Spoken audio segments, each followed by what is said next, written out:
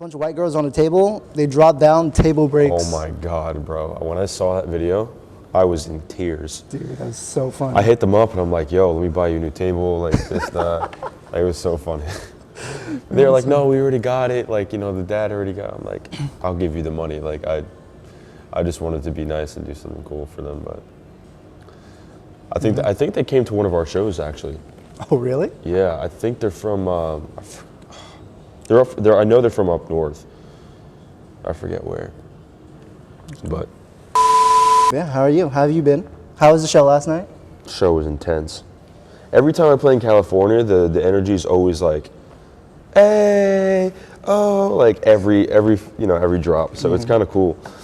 But yeah, the energy is always sick.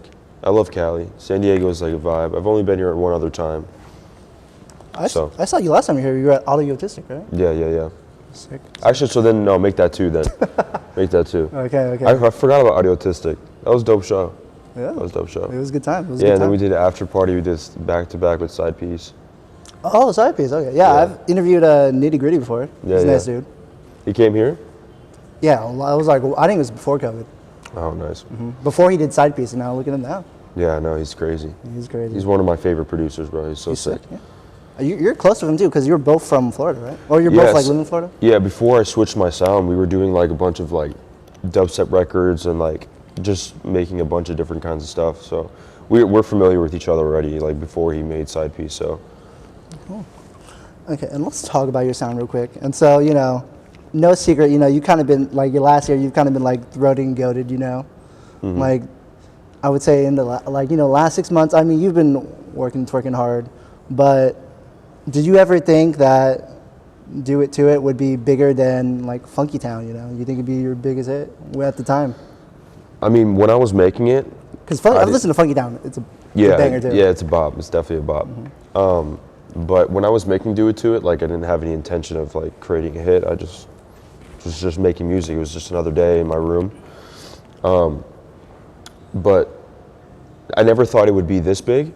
Like, and that's the beauty of music, because like when you're surprised with this kind of thing, like I feel like the surprise is what makes everything so much better. Like you never know what's coming, and like I'm winning awards now and like doing all this stuff, like traveling the world, and it's all for one song. So it's so crazy. Like I always tell people, like really one song can really change your life. So yeah, like I checked on Spotify, you're one of the top artists in the world. It's insane. I know. Like that song's like top 50 global too. I'm like, sheesh. Yeah, but it was sick. Everything that comes along with this is, I'm just really grateful for it. It's really cool. Cool. And speaking about Funky Town too, I got something to show you real quick. Hopefully this doesn't mess up the audio. But I'm wearing a Supreme and Shrek collab right now. Thought you'd like that. That's kind of cool. Thank you. And you guys earlier said, my drip was nice, and I like your drip too. Yeah, that's a nice jacket. Thank you. I got this drifting. That's sick. Yeah. So let's do a bit of a drip check real quick, and we'll talk about prices, but let's do it like this. Like, you're wearing your sunglasses right now, Prada. Like, how much would that cost? Would that cost like one set at EDC or like a night at the Nova? Like, let's talk prices like that. I can't disclose too much prices, but are you asking how much these are? Huh? No, but let's talk about. Are you comparing? Comparing. So like, would that be like what, one night at the Nova or what? I would say a few minutes at the Nova. Few minutes. Okay. What about? I see show the camera your watch too. How much is that? Little Patek, drip down, bust down. I think this is like 80K. 80K? Yeah. So a few times at EDC? Yeah, I would say about that. A few times. I got the Mamitas jersey on, a little hoodie. Shout out to Mamitas. It's a tequila and soda. If you haven't tried it, definitely should try it. Okay, I haven't tried it. Got some H&M pants on. Okay. Got the Panda Classic. Dunks. Solid little outfit coming out of bed. That's nice. And let's talk about last night too. Unfortunately, I couldn't be there, but you said you killed your set. Yeah. And I want to know, let's run through a scenario real quick. Let's say, like at first you're having like technical issues. And because I'm doing this because I saw a video about this, like when, I think it was when the new Batman movie came out, it like got shut down.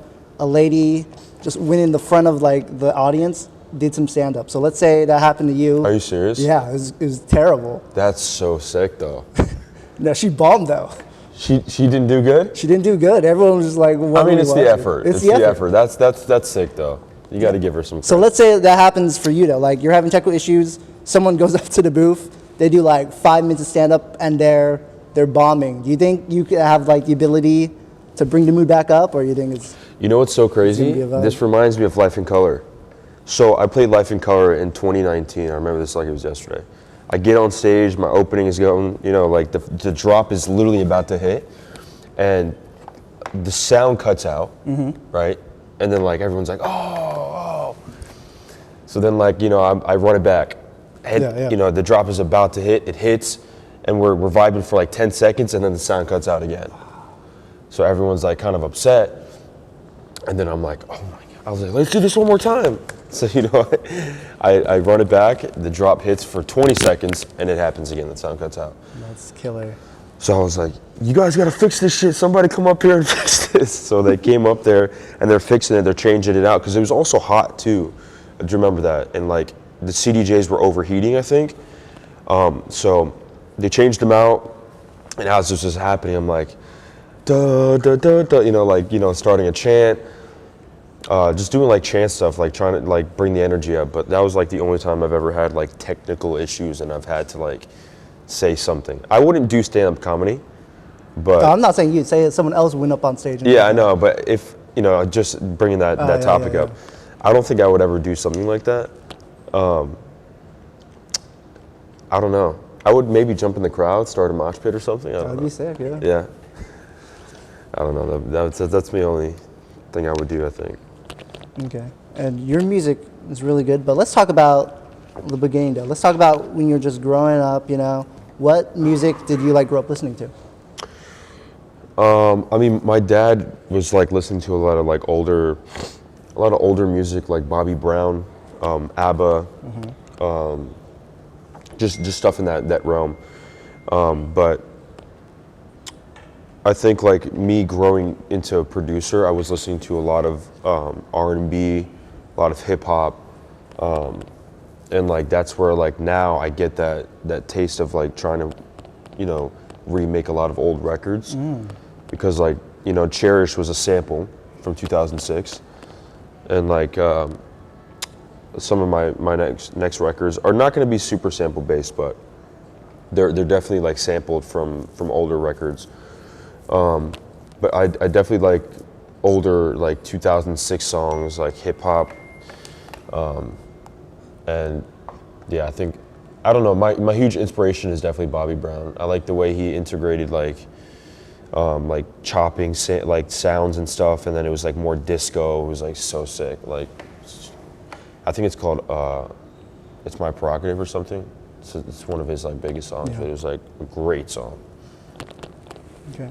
So we talked about the past. Let's talk about, you know, right now we're living in the present. So is there any artist you would like to collaborate with now? You said you're big into rap and R&B, hip hop. Anyone like that, or Kanye, Don Toliver,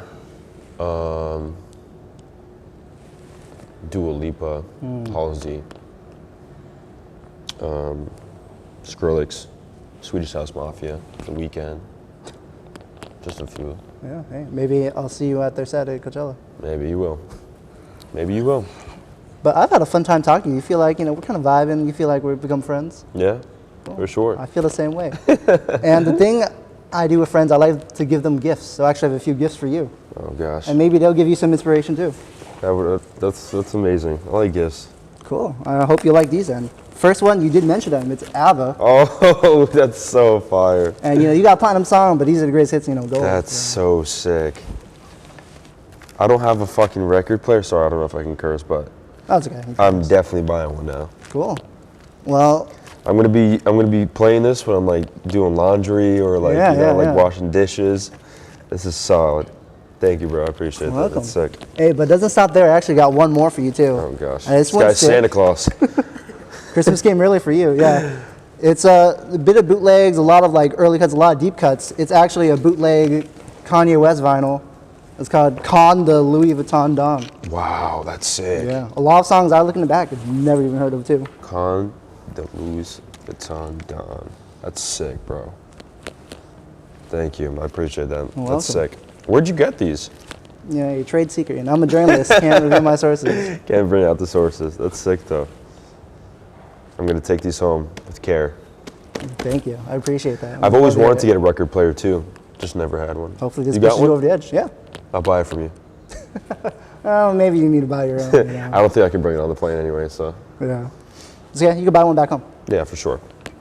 Okay, and so you played at Nova last night. You played at festivals and everything, but I've heard you played at a few frat parties too, right? Oh, yeah. What are those like?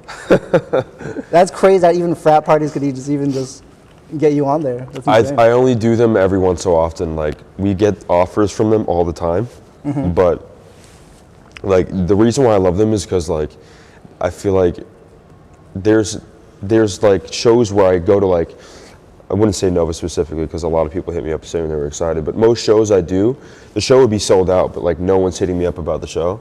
So when I get there, I mean, everyone's like raging, but like no one's like interacting with me before the show. When I do a frat party, everyone is like, yo, all the brothers, everyone's so ready for you, bro. Like, it's so insane.